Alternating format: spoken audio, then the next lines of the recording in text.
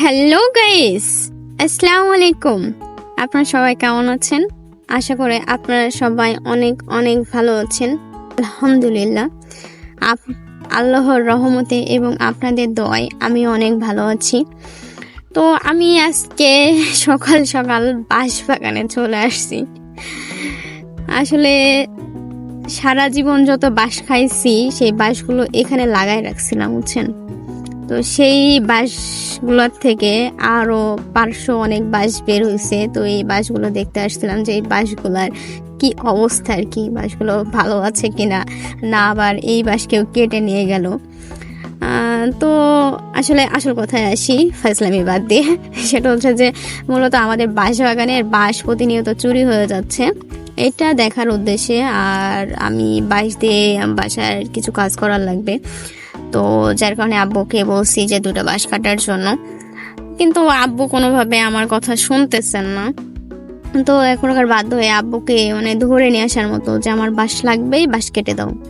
পরে আব্বুরে নিয়ে চলে গেছি বাঁশ বাগানে। এখন আব্বু আমি খুঁজতেছি যে পাকা বাঁশ কোনটা, কোন বাঁশটা কাটা যাবে এবং কোন বাঁশটা কাটলে খুব সহজে বাঁশটা বাঁশঝাড় থেকে বের করা যাবে। কারণ আপনারা যারা বাঁশের ব্যবহার করেন বা জানেন, সবাই অবশ্যই বুঝতে পারবেন যে একটা বাঁশঝাড় থেকে একটা বাঁশ বের করা যে কী পরিমাণে কষ্টকর, সেটা শুধুমাত্র যারা এই কাজের সাথে নিয়োজিত বা এইগুলা প্রতিনিয়ত করে তারাই বুঝতে পারবেন। তো এই তো ফাইনালি একটা বাঁশ আব্বুর চয়েস হয়ে গেছে, উনি কাটাকাটিতে ব্যস্ত আর আমি ভিডিও করতে ব্যস্ত।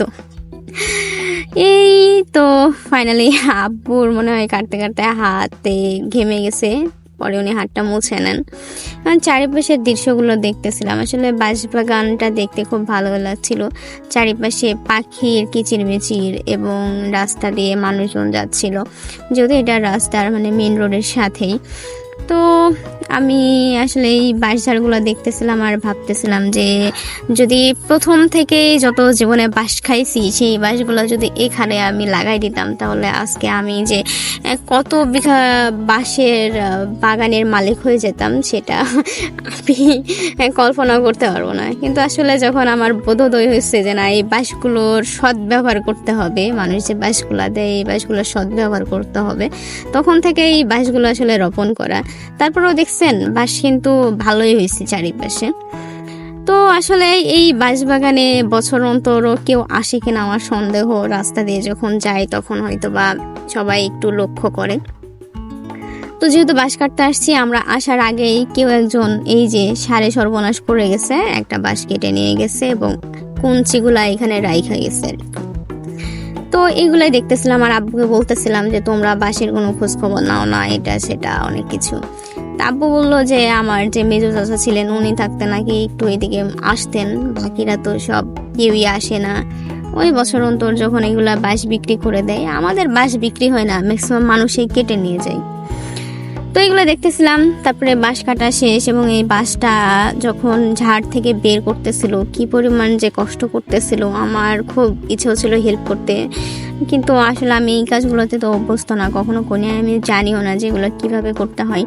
তো যখন আব্বু একা এটা বের করতে পারছিল না, তখন রাস্তা দিয়ে আব্বুর এক ফ্রেন্ডের ছেলে যাচ্ছিল, তখন ওই ভাইয়াকে আব্বু ডাক দেয়, ভাইয়া এসে হেল্প করে। না হলে আব্বুর পক্ষে একা এই বাঁশটা বের করা কোনোভাবেই সম্ভব ছিল না, কারণ এর কঞ্চিগুলো উপরের দিকে এমনভাবে ছিল আর একটা বাঁশের সাথে লেগেছিল।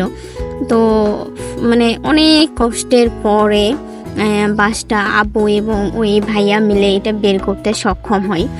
তো এগুলো আমি ভিডিও করতেছিলাম, তখন আসলে আমার একটা জিনিস খুব মনে হচ্ছিল যে আমার আব্বু এবং এই ভাইয়া এই কাজটা করতেছে, আমি ভিডিও করতেছি, তাই আমার খারাপ লাগতেছে। অথচ যখন কোনো মানুষ বিপদে পড়ে তখন যে হাজার হাজার মানুষ ক্যামেরা নিয়ে ফুটেজ নেয় এবং তাকে কোনো ধরনের হেল্প করে না, এতে কি তাদের মধ্যে বিন্দু পরিমাণে একটু খারাপ লাগে না? আমি এই জিনিসটা অনেক ভাবতেছিলাম, আসলে জানি না এই কথাটা কেন আমার মনে হলো। তো এগুলা দেখতেছিলাম আর আমার মেজাব্বুর কথা অনেক মনে হচ্ছিল।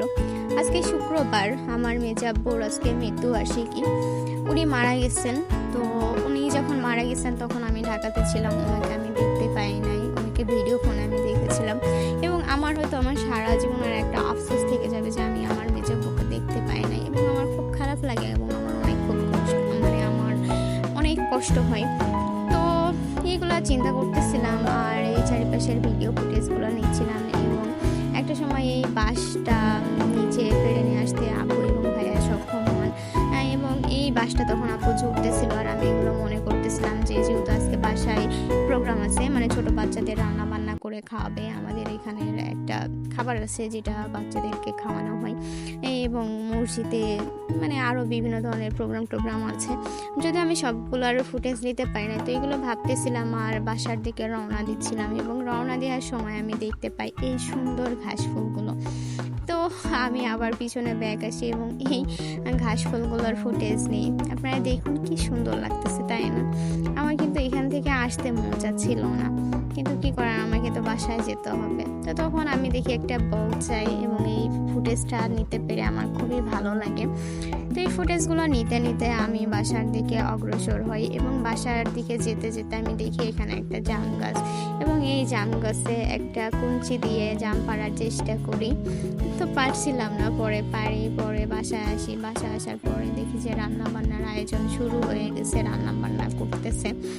তো এইটা হচ্ছে আমাদের এলাকার একটা খাবার, সেটা হচ্ছে খিচুড়ি আর কি। খিচুড়ির মধ্যে খিচুড়ির যে মশলাপাতি সব কিছু, ডাল সেটা, এবং এর মধ্যে মাংস দিয়ে এটা বাচ্চাদের জন্য মূলত রান্না করা হয়। এই খাবারটা রেডি করার পরে সব বাচ্চাদের বাসার থেকে ডেকে নিয়ে আসা হয় এবং ডেকে নিয়ে এসে ওদেরকে প্লেটে করে দিয়ে দেওয়া হয়।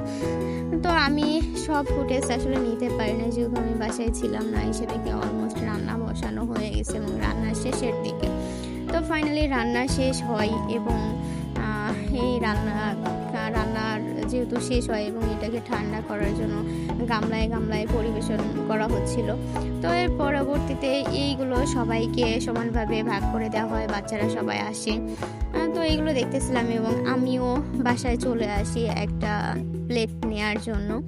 তো এই প্লেটটা নিয়ে আমি মানে আমার মেজাম্মদের বাসার দিকে রওনা দিই, যেহেতু আমিও খাবার নিব।